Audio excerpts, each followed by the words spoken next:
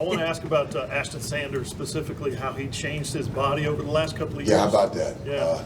At one point, I think he was 350 pounds and decided that that wasn't a good weight for him, that he needed to do something about it. And because he wasn't playing like he wanted to, and did. And man, you're talking about some respect for a guy who can make a decision like that, because that's tough. I mean, think about how many sizes of clothes difference that is, right? So he had to parents had to probably buy him a whole new set of clothes 80 pounds later. And that says a lot about his commitment to him being as good as he can be, to me. He told me that he made that commitment. It was, like you said, a difficult choice. But do you find that's common for guys, that they say at some point their junior year, senior year, they realize, oh crap, I better get serious about this? I don't think it's common in America. No, I don't.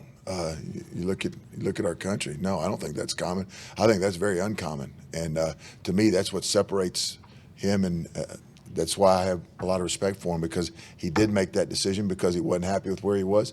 And instead of talking about it, he did something about it. And man, that's a wonderful thing. Yeah. Quickly, just follow up on that. Does that kind of give you, just the fact that he got up to that weight to play the zero tech? You know that his body, if he puts on the right type of muscle, can at least hold that type. His frame can to play the zero tech for y'all in a three-man front. Well, he's so versatile, and you look at what happened. His play has tape.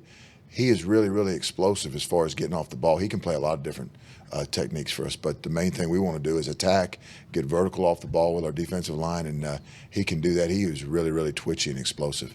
So speaking of getting vertical off the defensive line, is PJ Adebawore. Can you talk about his game and just his ceiling for you all? Yeah, another guy that's really, really explosive and really, really long.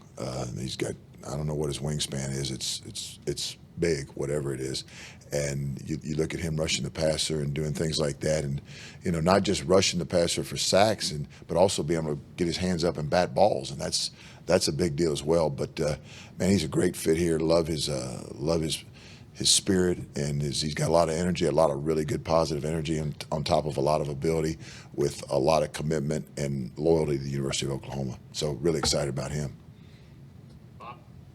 Ted, Ashton, Taylor, Marcus, three guys didn't have an offer going into October.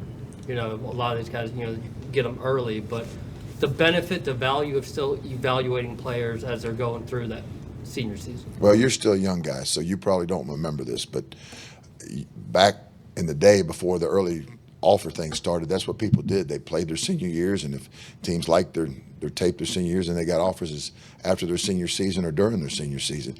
And then with all the early offer thing, I think that started in the 90s, late 90s or early 2000s. Then, sometimes guys that made great jumps during their senior season didn't have the type of offers that maybe their play warranted. And,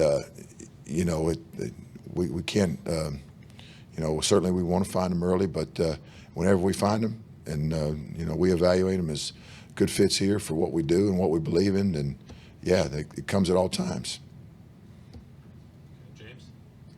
Your linebacking classes, they're versatile guys. They all play on offense too in high school and I things love it. like that. Yeah. Yeah. So what do you think of this group? They looks like they could, play all three positions for you. Yeah, you look at all of them.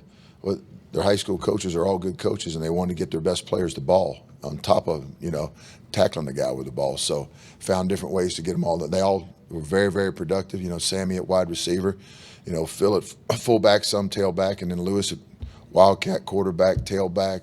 All over the place. Blocking kicks in the special teams world, returning kickoffs for touchdowns. So, all that. I love that. I love the guys that have that, because I think that helps instincts. When you know the other side of the ball, the opposite side that you play on, there's a lot of value in that, and because then you have a better understanding of the other side of the ball, which makes you a better player on the defensive side of the ball. Yeah. Justin Martinez, far right. Hey, Ted, you mentioned PJ's skill sets on the field. When I talked to him, one of the first things mentioned was getting an education, how it's important to his family. His older brother's about to graduate from Northwestern. You kind of just talk about him off the field, who he is, and how he fits with the culture you guys are trying to build here. Yeah, well, he values what we value. He values accountability. He values toughness. He values structure. He values connection. He values family. He values education. And those are the things that, like, regardless of how this landscape of college football changes, that, you know, those things last forever. The other things that come with it sometimes don't last forever, but those things can last forever. And I think he's a great fit here. For more information, you can visit TulsaWorld.com.